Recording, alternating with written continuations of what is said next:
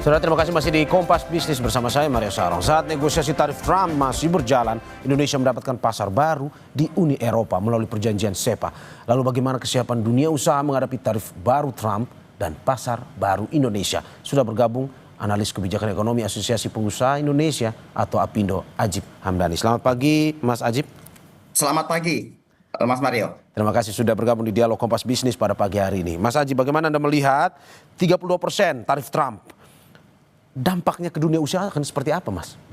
Ya, begini Mas Mario, memang kalau kita flashback ke belakang, sejak awal 2025 dan kemudian mulai mengakselerasi itu di bulan Juni kemarin, itu hubungan dagang antara Indonesia dengan Amerika itu mengalami eskalasi yang luar biasa. Dan dunia usaha termasuk APindo itu sudah melakukan langkah-langkah koordinasi yang bersifat antisipatif. Sehingga kemudian bagaimana per sekarang ini pun kemudian Trump masih menerapkan tarif sebesar 32%. Walaupun Mas Mario, kita masih mempunyai window, kita masih mempunyai ruang untuk negosiasi sampai dengan akhir Juli. Ya. Karena kalau kita lihat surat dari Donald Trump itu berlaku 1 Agustus. Nah, ruang negosiasi inilah yang akan kita optimalkan Mas Mario antara bilateral Indonesia dengan Amerika maupun opsi-opsi yang lain. Tapi begini Mas Mario, Ya. kalau kita lihat bagaimana efek dari kenaikan tarif Trump ini dalam konteks dunia usaha paling tidak ada 4 hal.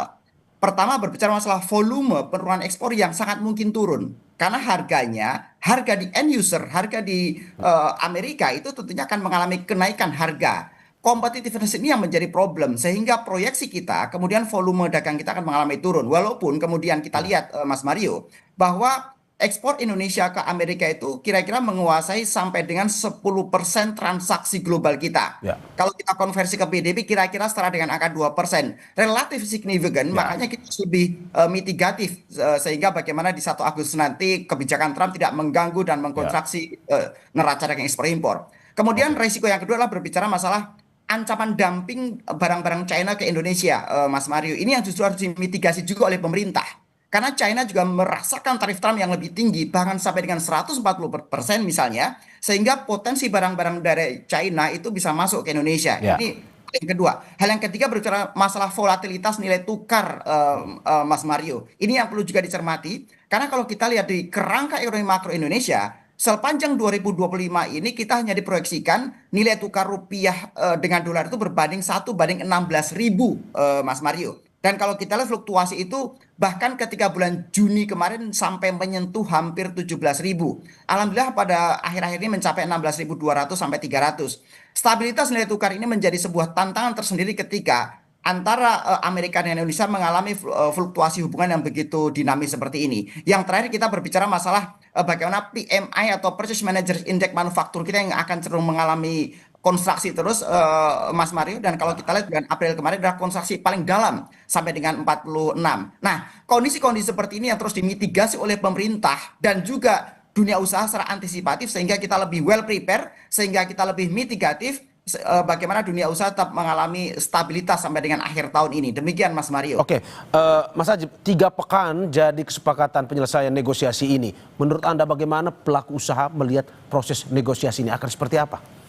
Ya, APindo terus melakukan komunikasi intensif dengan pemerintah, dengan Pak Menko Perekonomian, bahkan sebelum kemarin ke Amerika dan lanjut ke Uni Eropa. Kita memberikan masukan-masukan konstruktif, baik orientasi jangka pendek maupun jangka panjang sebenarnya Mas Mario. Jangka pendek berbicara hubungan bilateral dengan Amerika, termasuk komitmen dari rekan-rekan pengusaha di APindo untuk melakukan importasi barang dari Amerika. Ini adalah dalam rangka kita membangun yang namanya beneficially mutual.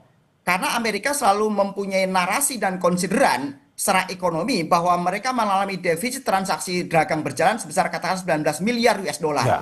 Nah, kemudian kita mendorong beberapa transaksi B2B secara bilateral bahwa kita komitmen akan melakukan importasi termasuk untuk komoditas-komoditas strategis. Tapi dengan catatan tanpa mengganggu ekonomi domestik, misalnya untuk kedelai, terus untuk kapas, dan termasuk untuk minyak mentah misalnya. Ini adalah bagian dari negosiasi jangka pendek. Sehingga bagaimana kemudian Trump bisa potensi untuk mengembalikan tarif kita ke sebelumnya. Nah, tapi kemudian Mas Mario, kita juga memberikan orientasi program jangka panjang kepada pemerintah agar kita lebih mempunyai competitiveness yang baik. Misalnya termasuk kita mendorong diversifikasi ekspor, termasuk bagaimana komitmen SEPA ini kan sebenarnya ini adalah langkah panjang yang sudah didorong oleh dunia usaha juga sebenarnya. Bagaimana ratifikasi terkini juga sudah menunjukkan progres yang sangat positif, Mas Mario. Demikian, Oke, termasuk terakhir kita juga mendorong ya, streamlining ya. regulatori. Jadi bagaimana regulator-regulator di Indonesia juga didorong untuk diregulasi Ya. sehingga kita lebih mendorong namanya low cost ekonomi dan ujungnya adalah barang dan jasa kita lebih mempunyai competitiveness yang baik dalam pasar global. Demikian Mas Mario. Oke, kita ambil dua skenario. Misalkan pada akhirnya negosiasi berjalan lancar, 32% turun. Atau misalkan skenario kedua, tetap Presiden Trump menetapkan 32% untuk Indonesia. Nah, bagaimana dampak tarif Trump untuk dunia usaha dan tenaga kerja untuk masing-masing skenario tersebut?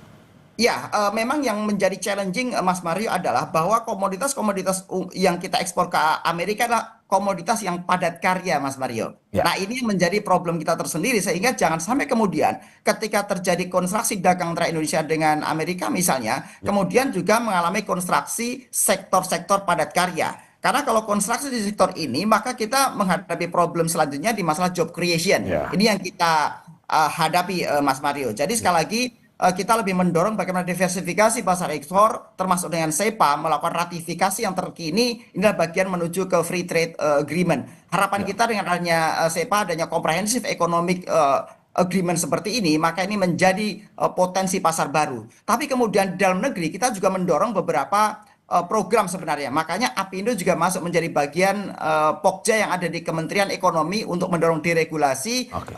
dan kemudahan berusaha. Itu salah satu, kan ada 3 Pokja di situ. Ya. Ada Pokja sistem bisnis, ada Pokja perluasan pasar ekspor, dan yang ketiga adalah berbicara Pokja deregulasi.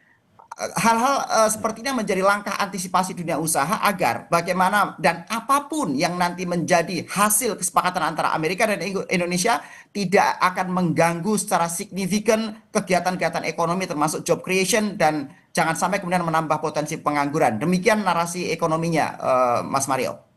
Oke, berarti sekedar penegasan, pelaku usaha siap dengan kondisi apapun termasuk jika skenario kedua 30% berlaku untuk Indonesia. Ya, kita harus siap sebenarnya Mas Mario. Ya. Kita harus siap. Karena kalau kita lihat, kita sudah memilah setiap lini usaha yang akan terdampak secara signifikan dan secara serius ketika misalnya karena gini, dunia usaha ini kan kita punya istilah kita expect the best, Ya. kita preparing the worst gitu. Oke. Kita akan selalu mengharap yang terbaik, tapi Ya. kita harus siap-siap dengan yang terburuk. Nah, ketika misalnya yang terburuknya adalah tarif tetap 32% misalnya, maka kita sudah memetakan dan memilah-milah sektor-sektor mana yang memang sangat akan terfrustrasi. Nah, inilah kemudian secara customizing kita akan mendorong pemerintah untuk Ya. memberikan insentif-insentif yang paling tepat Ya. sehingga sekali lagi konstruksi ini tidak memberikan dampak yang lebih serius ke ekonomi domestiknya. Demikian, Mas. Oke, ini menjadi pertanyaan semua pihak sebenarnya terkait dengan insentif yang sudah Anda singgung. Insentif seperti apa yang paling tepat sebenarnya jika 30% tetap dilakukan? Ya, kita mendorong insentif yang bersifat komprehensif, mulai dari fiskal, moneter, termasuk insentif-insentif regulasi. Sebagai contoh, Mas Mario, kenapa kalau berbicara patron manufaktur, patron industri kita ada di China misalnya. Kenapa China itu mereka punya daya saing luar biasa? Kita petakan ada 4 hal. Satu, karena mereka energi sangat murah.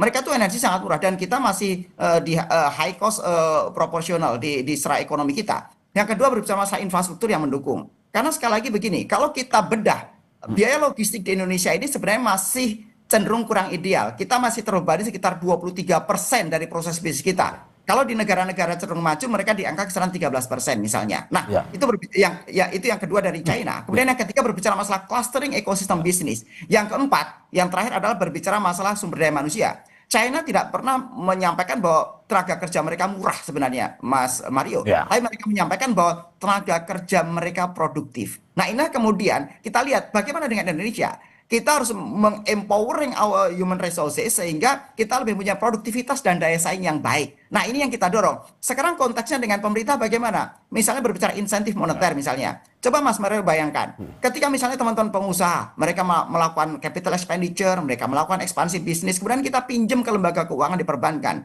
Mas Mario, di Indonesia, kita kalau mau pinjam bank, itu bunga komersial kita masih double digit. Ya. 10% bahkan sampai dengan 18% untuk UMKM. Ini berbicara yang dengan kolateral ya. Ya. Single digit 8-9% itu susahnya mintamu dan if kondisinya banyak. Artinya salah satu yang membebani kita adalah cost of ekonomi, biaya modal kita. Ya. Nah, ini menjadi problem kita misalnya. Sehingga misalnya pemerintah harus turun untuk biaya bunga Permodalannya. misalnya. Ya. Itu harusnya misalnya single digit. Ini contoh insentif moneter. Belum berbicara insentif fiskal misalnya. Misalnya untuk orientasi pasar ke Amerika, maka seluruh supplier misalnya, oke, sementara bagaimana kalau PPN-nya ditanggung pemerintah misalnya. Sehingga biaya beli kita lebih murah daripada supplier. Ya. Termasuk misalnya regulasi-regulasi yang lain, itu juga kita mendorong agar ada kemudahan-kemudahan. Tapi poinnya adalah bagaimana pemerintah mendorong low cost ekonomi dan barang serta jasa Indonesia lebih mempunyai daya saing di pasar domestik maupun pasar global. Demikian Mas Mario. Oke, ada beberapa kebijakan yang memang harus dilakukan ya. Salah satunya adalah suntikan insentif itu yang perlu dilakukan oleh pemerintah. Tetapi Mas, selanjutnya di sela-sela proses negosiasi ini, di sela-sela proses negosiasi tarif Trump ini, Indonesia dan Uni Eropa capai kesepakatan perdagangan bebas. Bagaimana Apindo melihat hal ini? Peluangkah buat Indonesia? Dan kalau memang peluang, seperti apa yang dilihat pelaku usaha melalui kesepakatan baru ini?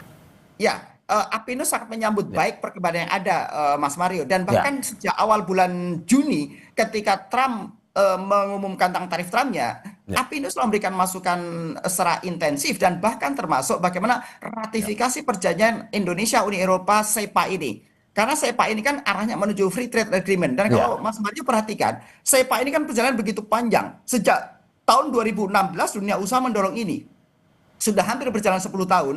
Dan kita pikir ini menjadi sebuah momentum yang sangat baik bagaimana ratifikasi yang terbaik ini serta penyusunan kerangka lebih detail itu bisa terlaksana dengan baik. Dan kalau kita ingat perjalanan negosiasi ini sudah berjalan belasan kali, mencapai 18-19 kali kalau saya tidak salah ingat. Tapi poinnya adalah bagaimana komunikasi yang lebih intens seperti ini perlu dibangun sebagai bagian opsi diversifikasi dan percepatan pasar global. Demikian Mas Mario. Nah, poinnya adalah Apindo menyambut sangat baik. Oke, dan kita harapkan apa yang Anda sampaikan tadi bisa memberikan masukan terkait dengan negosiasi yang sedang dilakukan, termasuk juga mempersiapkan keadaan terburuk pada akhirnya jika tidak sesuai dengan keinginan baik itu dari Indonesia maupun juga dari para pelaku dunia usaha. Terima kasih analis kebijakan dan ekonomi Asosiasi Pengusaha Indonesia atau Apindo, Ajib Hamdani, atas apa yang disampaikan. Sehat-sehat selalu, Mas. Terima kasih Mas Mario.